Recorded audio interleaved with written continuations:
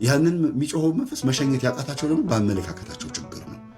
እነሱ ይሄን መንፈስ መሸኘት ካልቻሉ እንዴት ነው የሚረዳቸው? ወይም ደግሞ ይሄን መንፈስ መሸኘት የሚችሉበት መንፈሳዊ ሕይወት ላይ ካልደረሱ በዚህ በኩል ጥሩ መንፈሳዊ መሆን እየፈለጉ በዚህ በኩል ዘፈን የሚያዳምጡ፣ በዚህ በኩል መጸለይ እየቻሉ በዚህ በኩል ደግሞ ተቀምጠው ዝም ብሎ ወሬ የሚያወሩ ብቻ ከሆኑ ምን ጥቅም አለው አይደል? ስለዚህ ያለን አማራጭ ምንድን ነው መሰላችሁ?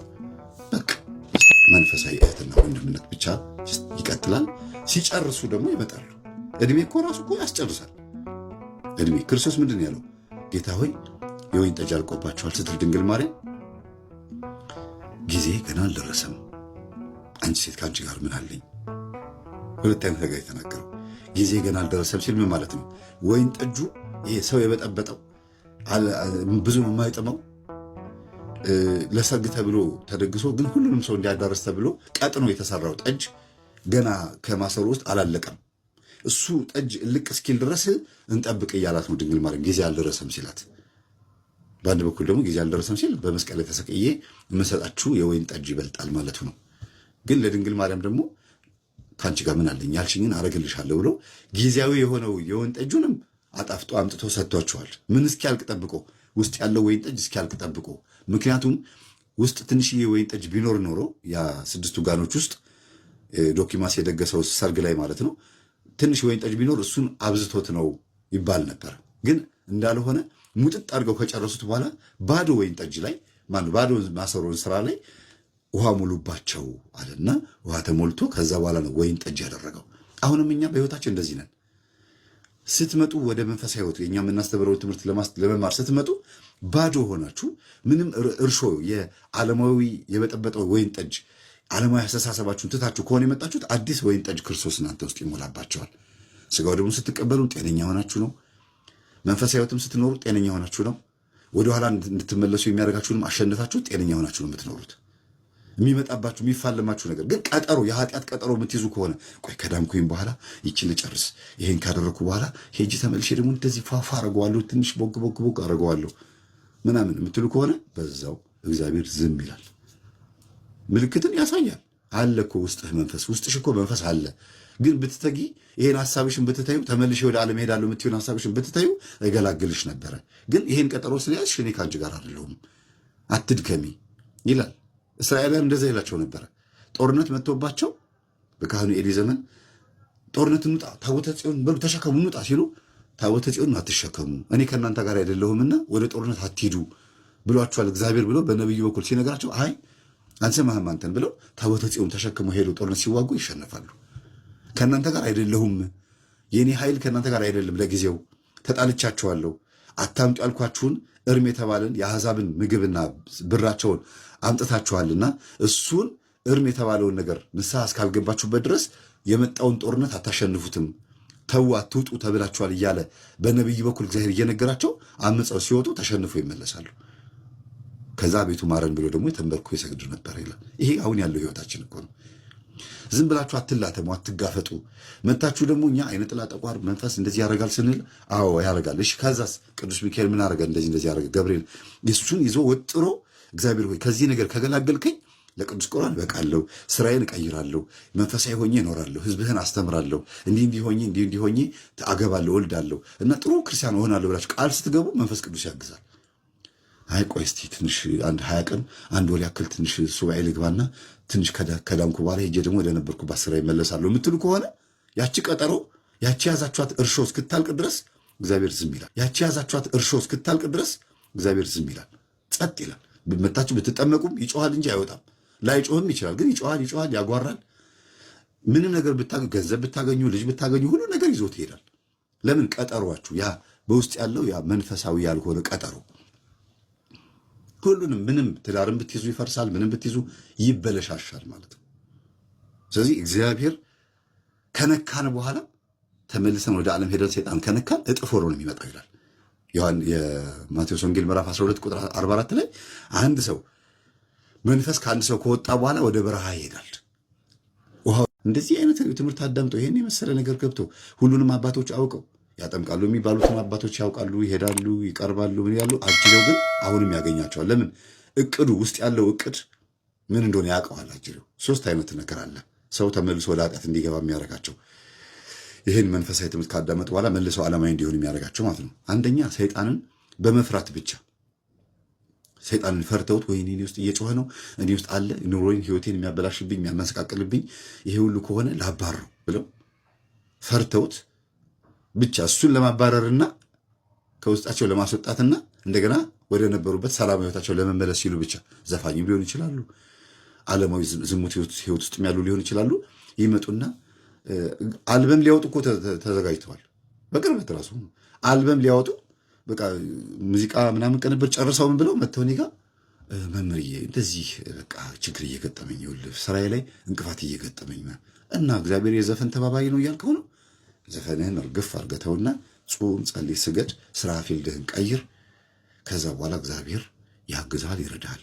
መንፈሱ የሚያገኝህ ናይት ክለብ ከሆነ እዛው የሚመለስብህ የሚደገምብህ ከሆነ ከጭፈራ ቤት ወይም ደግሞ ከአጠቃላይ ከድምፃዊነትህ ተያይዞ የሚመጣ ከሆነ ለምን አትተወውም እና ስራ ፊልድህን ለማትቀየር ሰዎች ጊዜ አይ የማንጀራዬ ነው እግዚአብሔር ድምፅ የሰጥቶኛል አይደል ይላሉ። አስተሳሰብ ላይም ገና ናቸው፣ ኃጢአትም ላይ ገና ሳይጨርሱ ይመጣሉ።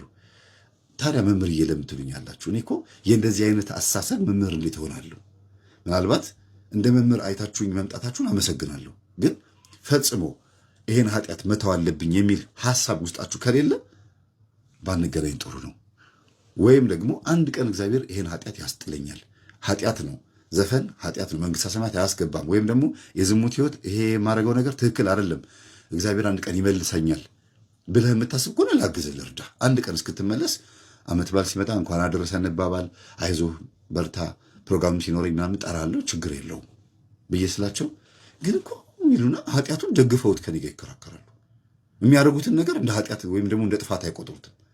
በሉ ራቁ ብዬ አርቃቸውና ወንድማዊነቴን ብቻ ሰጥቼ ከአጠገቤ ጋር እንዲርቁ አደርጋለሁ። ለምን ገና ሳይጨርሱ የመጡት ያ ኃጢአታቸው እኔን በዙሪያ ያለውን ተማሪዎችን ያወዛግባል።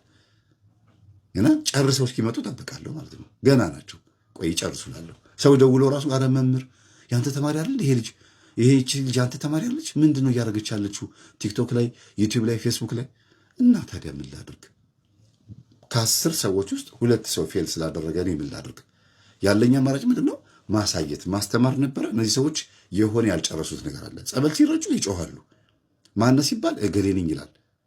ቪዲዮም ሪካርድ ሁሉ ነገር ማስረጃ እንይዛለን። ግን ያንን የሚጮኸው መንፈስ መሸኘት ያቃታቸው ደግሞ በአመለካከታቸው ችግር ነው።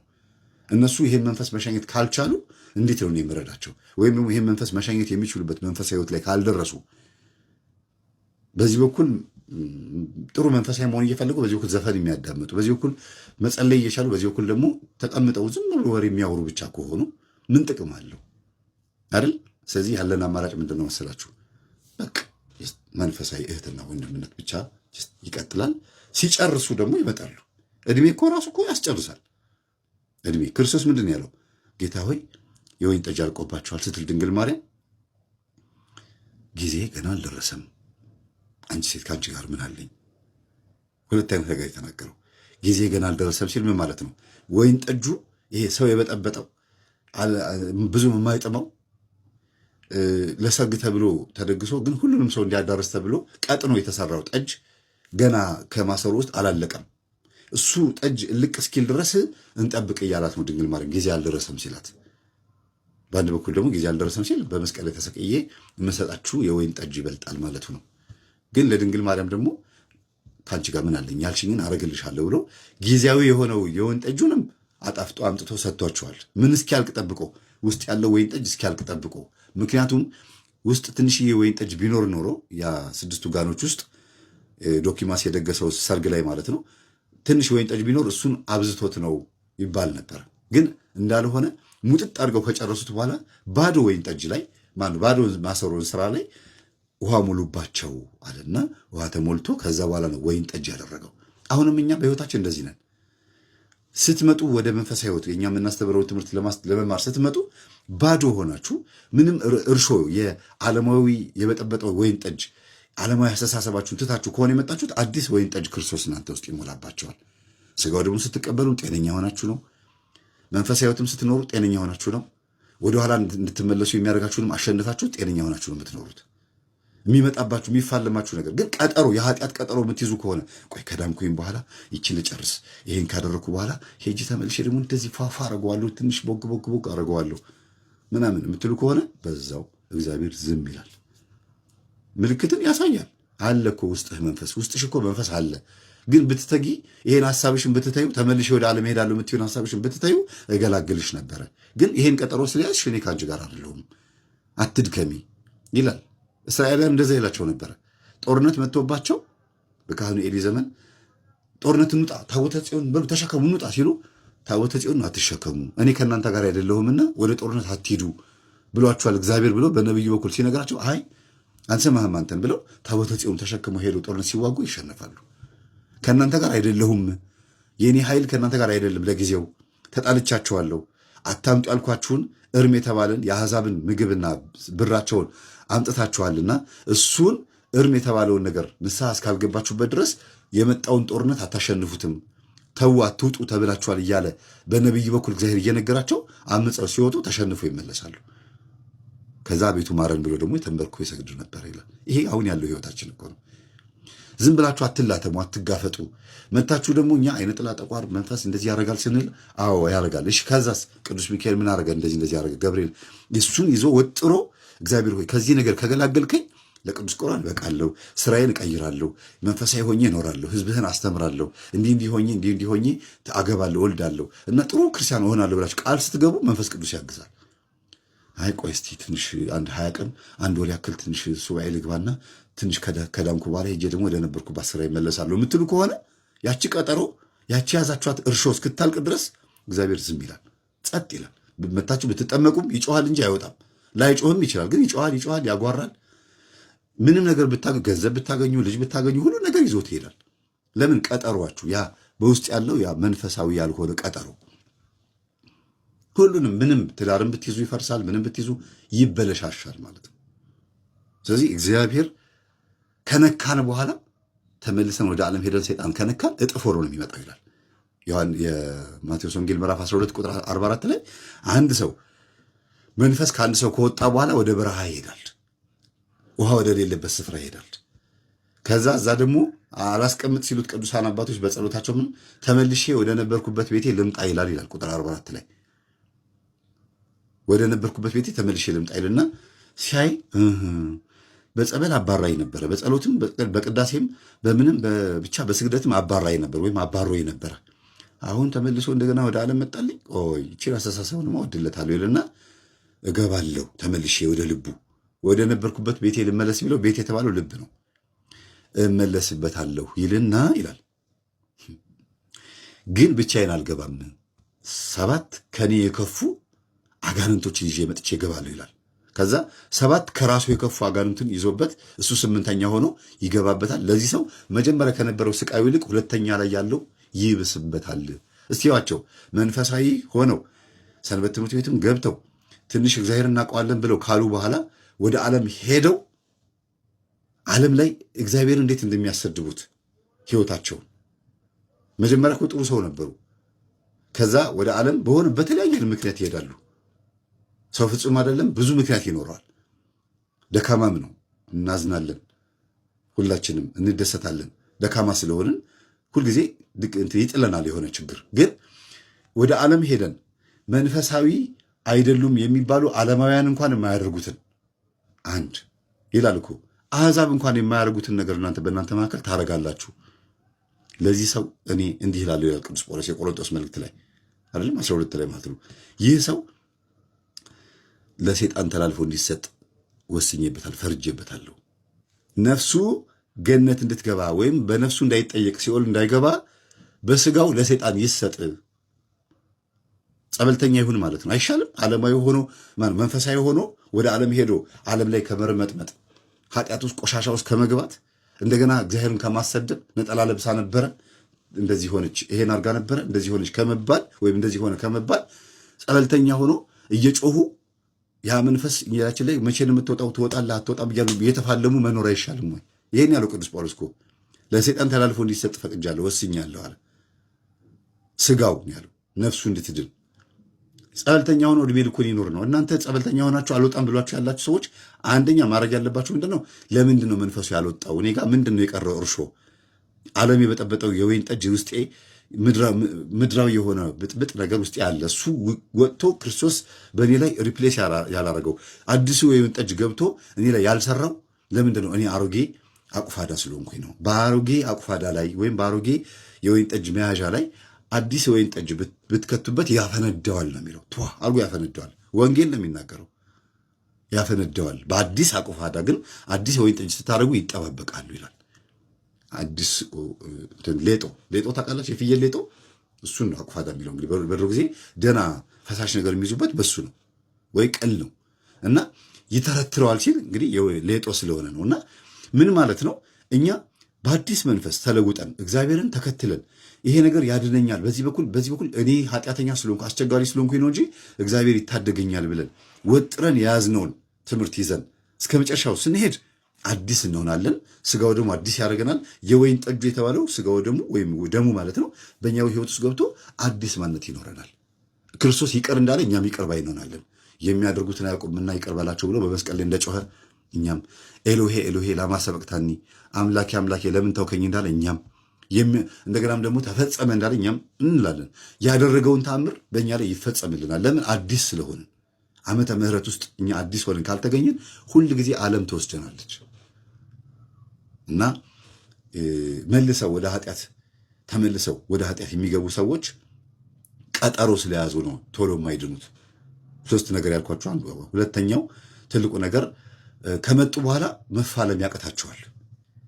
የለመዱት መብላት፣ መጠጣት፣ ሮብና ዓርብ እንደፈለጉ መሆን፣ በሰንበት ቀን እንደፈለጉ መሆን፣ ዓለም ጣፍጣቸው ደስ ያላቸውን እየበሉ እየጠጡ ነበረ እና ልክ መንፈሳዊ ሕይወት ውስጥ ሲመጡ ትግሉ ይከብዳቸዋል። ከዛ ለምሳሌ በሰው ፊት ምናምን ጸዋሚ ጸላይ ለምሳሌ ተደብቀው ግን ወተቱንም እንቁላሉንም ምኑንም ይበላሉ። ከዛ መንፈሳዊ መስለው አብረው ወዲያ ወዲህ ይላሉ። ከዛ መንፈሱ ያጋልጣቸዋል ወይ ደግሞ አንድ ቀን ያው ይታወቃል ምን ሲያደርጉ እንደነበረ ለረጅም ጊዜ ወጥተው ራሳቸው በአንደበት ይታወቃሉ። ሶስተኛው ደግሞ ትልቁ ችግር የእውቀት ማነስ ነው። ላክ ኦፍ ኖውሌጅ ወይም ደግሞ የእውቀት እጥረት። እኛ ምን እንደምናስተምር ዘውጉ ምን እንደሆነ እኛም እንደነሱ ፍጡር እንደሆንን ወይም እንደነሱ አንድ ተራ ምስኪን ሰዎች እንደሆን ይረሱታል። በየቀኑ እንድንጎበኛቸው ይፈልጋሉ። እኔ አሁን ለምሳሌ የማገኛቸው ተማሪዎች ጋር መምህር ረሳኸኛል ይላሉ። እንዳንቺ የመሰሉ አንቺ ራስሽን እዚህ ድረስ ካደረስኩሽ ወይም ካደረስኩ በቃ እናንተ ራሳችሁን ያዙልኝ። እኔ ደግሞ እንደናንተ የመሰለ ብዙ ሰው ደግሞ አለ። የራሴም ህይወት ደግሞ አለ። ልጆች ያሉ የግል ህይወት ያለ እኔ ላይ የገባው መንፈስ ደግሞ መፋለም አለ። እኔም ደካማ ነኝ ብዬ እነግራቸዋለሁ። ግን በቃ ከነ አመላቸው ከነ ጸባያቸው ከነ አኩራፊነታቸው ከነ ችግራቸው ይመጣሉ። ትሪት እናደርጋቸዋለን፣ በዛው ይጠፋሉ። ስለዚህ ምንድነው የምናደርገው? እስኪመለሱ ደግሞ እንደገና እንጠብቃለን። ለምን? ተያይዘን ገነት መግባት ስለምመኝ ነው። እና ያልጨረሱት ኃጢአት አለ። አንዷ ምን አለችኝ አልኳቸው፣ ቆይቷል። አንቺ ምንድነው ቲክቶክ ላይ የምትለቂው አልኳት። ቆይቷል፣ የዛሬ 3 ዓመት ምናምን ነው፣ 2 ዓመት ይሆናል። እና አይ መምህርዬ ቆይ አለች። ምን ነው አልኳት። በቃ በጣም ከባድ ከሆነ ኃጢአት ውስጥ እንደወጣሁኝ እንዲታወቅልኝ በደንብ ኃጢአት እንትን ያልኩኝ ነው። እንዴ ምን ማለት ነው? ቤተሰቦች ስላንቺ የነገሩኝ ይሄ አልነበረም አልኳት። አይገርማችሁም? በጣም ከባድ ከሆነ ነገር ውስጥ እንደወጣሁኝ እንዲታወቅ እንዲያደርግ ነበረ ብዬ ለመለጠፍ እንዲመቼ ምናምን እስማ በጣም የተያዘንኩት። ይኸው ግን ዓለም ላይ ጠፍታ ቀረች። መች መጣች? እንዲያውም ደውዬ ዓመት በዓል ጊዜ 2018 ላይ የት አለሽ ፈልጌ አጣሁሽ፣ አይኔ ቅዳሴ ላይ ከርተት አለ የምትቆሚበት ቦታ ላይ ብዬ ጽፌ ላኩላት። ለምን? መጀመሪያ አውቃት ነበር ልጅቷ እንዴት እንደምትጸልይ። አዲስ ዓመት ሲሆን አታቋርጭም ነበር፣ እዚህ ቦታ ላይ ትመጭ ነበረ። የት አለሽ አልኳት። መምህር ፈለግከኝ አለችኝ። አዎ። አጣኸኝ አለችኝ። አዎ። በለስ ቅጠል ተሸፍኜ ተደብቄያለሁ አለች እና የእንባ ምልክት ማመርጋ ልካ ጻፈችልኝ። ምን ሆነሻል ስላት፣ አይ አንዳንድ ጊዜ ለካ የማይሆን ሐሳብ ተራ የሆነ ሐሳብ ማሰብ ጥሩ አይደለም። እኔ ዓለምን ጭርስ አድርጌ ልምጣት ብዬ ያሰብኩት ኃጢአት ጥሞኝ ወይ ምናምን ሳይሆን ስመጣ ህዝብ የሚማር እንደዚህ ብሎ ነገር አለ እንዴ?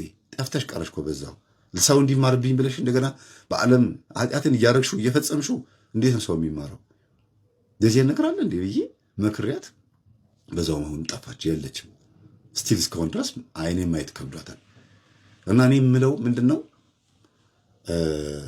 የሚያዋጣው ቤተክርስቲያን ውስጥ ሆኖ መንፈሳዊ ሕይወት ውስጥ ሆኖ ጸሎት ክፍል ሆኖ መፋለም ነው። ቅድም ያቋረጥኩት ምን ላይ ነው? የፈለገ ነገር ቢሆን ኃጢአታቸውን ጨርሰው መጥተው እግዚአብሔርን ይቅር በለኝ የሚሉበት ጊዜ ስላለ ምንም ችግር የለውም። ጠብቃለሁ እድሜ ካለኝ፣ ከሌለ ደግሞ እነሱ ቤተክርስቲያን ትጠብቃቸዋለች።